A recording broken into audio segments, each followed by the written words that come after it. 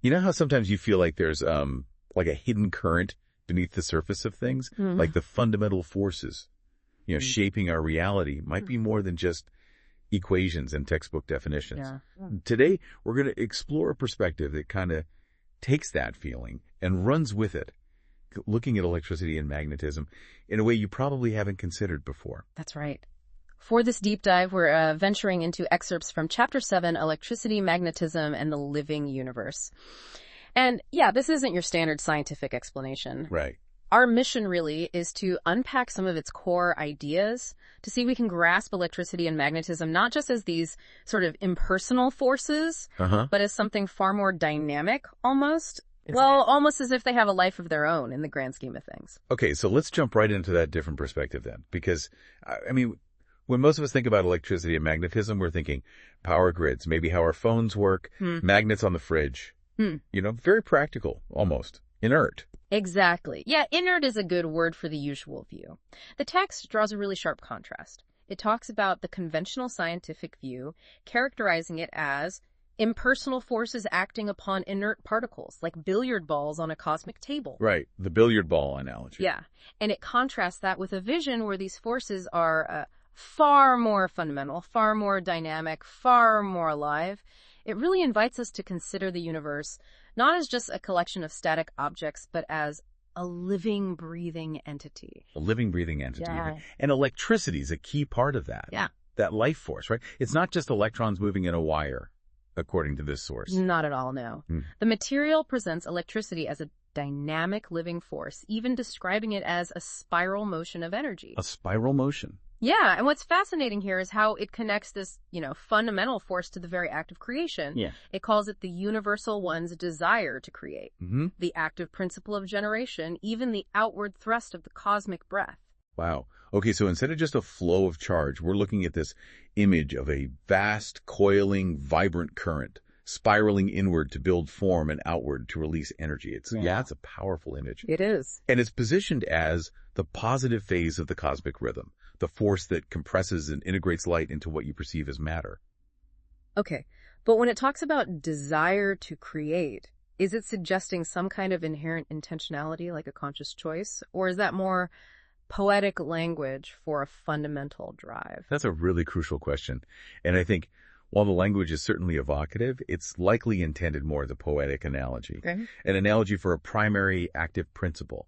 The inherent tendency for energy to coalesce, to form structures. Think of it less as a conscious decision, maybe, and more as just a fundamental characteristic of this universal energy itself. Okay, that makes sense. It definitely reframes how we think about the very building blocks of reality. Yeah. So then we have magnetism. And it's not presented as quite an equal counterpart, is it? It sounds more like something that guides and gives form to that electrical energy. Precisely. Yeah, magnetism is introduced as the controlling principle, the silent, steady hand.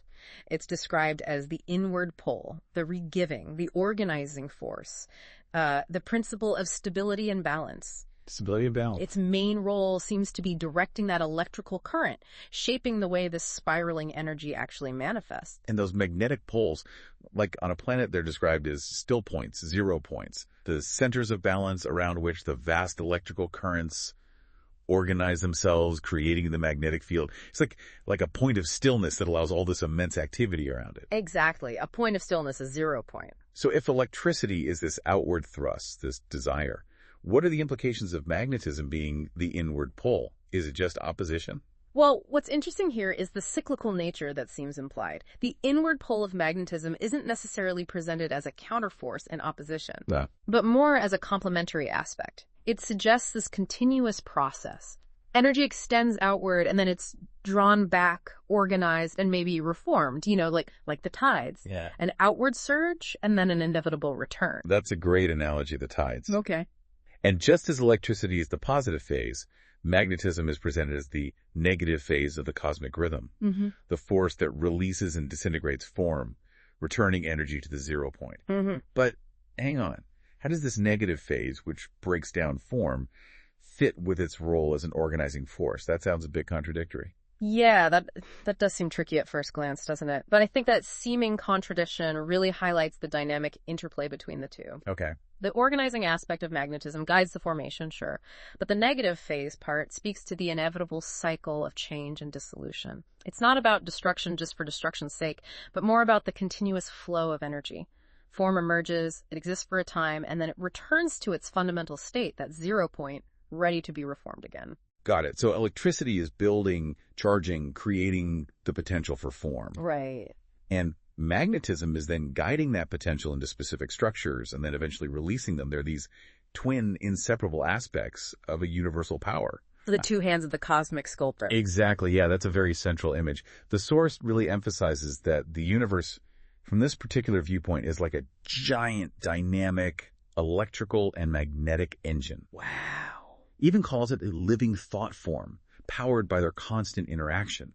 All the motion, all the change, creation, dissolution, everything we observe is seen as a result of this rhythmic, balanced interchange. This cosmic breath made manifest. The fundamental dance of giving and regiving. Yeah, it's a very poetic way of looking at everything, isn't it? It really is. The source even includes that personal reflection bit about riding the solar winds and actually feeling these forces. Yes, that first-hand account, or perhaps perceived first-hand account, really underscores the idea that these aren't just abstract concepts floating out there. They're presented as pervasive forces we are all immersed in, even if we don't consciously perceive them most of the time. I mean, our scientific instruments detect faint echoes, right? Mm-hmm. But this perspective suggests a far more direct, maybe even experiential connection is possible. And it connects these huge universal principles to something deeply personal, like the fire in my own being, feeling the planet's magnetic core. It seems to drive home the idea that we're not separate from these forces at all. Exactly. The universe isn't just filled with them. The idea here is that the universe is these forces in dynamic, rhythmic, conscious expression. Okay. That definitely leads to a profound shift in how you might understand reality. Mm-hmm. And the source offers that beautiful quote to capture it. Electricity is the universe's song of desire, spiraling into form. Magnetism is the silence that gives it harmony and holds it in the dance. That quote really sums up this whole viewpoint, doesn't it? It elevates electricity and magnetism beyond just, physics phenomena into something almost artistic and purposeful.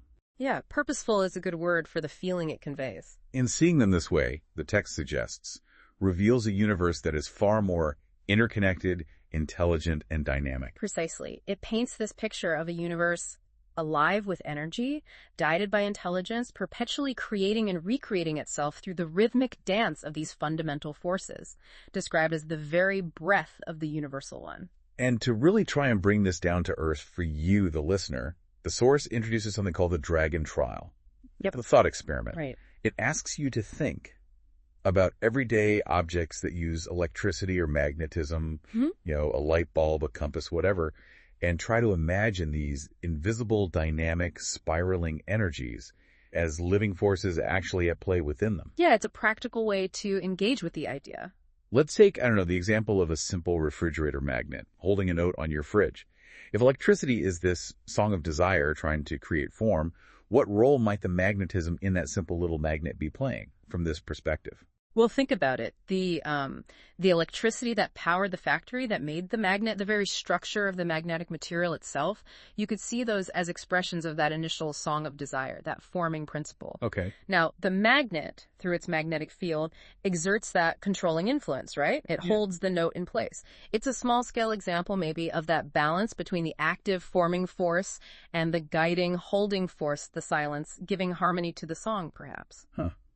It definitely makes you look at even the simplest things differently, doesn't it? Mm-hmm. How does seeing it this way change your feeling or your sense of connection to these everyday phenomena?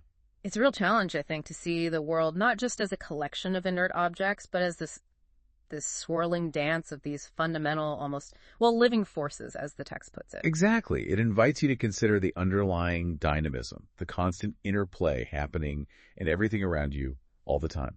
So the key takeaway here isn't really about memorizing new definitions for electricity and magnetism, is it? No, not primarily. It's more about considering them as maybe fundamental expressions of a profoundly dynamic and interconnected universe.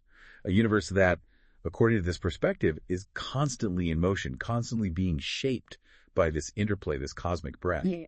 And perhaps By considering this viewpoint, you might start to wonder about the broader implications. Such as? Well, if these fundamental forces are seen as so dynamic, so interconnected, maybe even having this quality of desire or control, how might that influence our understanding of other aspects of reality we usually keep separate? Things like consciousness or the nature of life itself. Could there be connections we haven't really considered?